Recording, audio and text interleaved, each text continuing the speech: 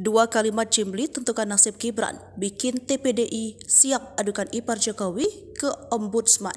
Pasca Ketua MK Anwar Usman dilengsarkan dari jabatannya. Posisi Gibran Rakabuming Raka dipertanyakan, sebab keputusan ini berkaitan batas usia Capres-Cawapres.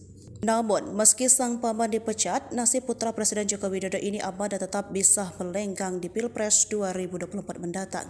Ada dua kalimat Ketua MK Jimli Asidiki yang menyelamatkan Gibran, yakni MK tidak berwenang menilai putusan Mahkamah Konstitusi nomor 90/PUU/2023 tentang batas usia minimal calon presiden dan calon wakil presiden.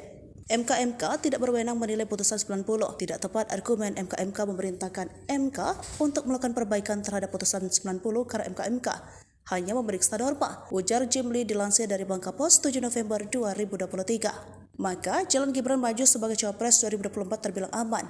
Kalimat Jimli diperkuat anggota MK Wahyududin Adams bahwa MK tidak melakukan penilaian terhadap putusan MK soal batas usia minimal Capres-Cawapres karena menilai MK memiliki kemerdekaan tersendiri. Maka MK berpendirian menolak atau sekurang-kurangnya tidak mempertimbangkan permintaan pelapor terhadap putusan MK Konstitusi in kasus Mahkamah Konstitusi nomor 90 PUU 2023. Koordinator Perekat Nusantara dan TPDI dilansir dari Tribun News 8 November 2023 siap melaporkan Anwar Usman ke Ombudsman.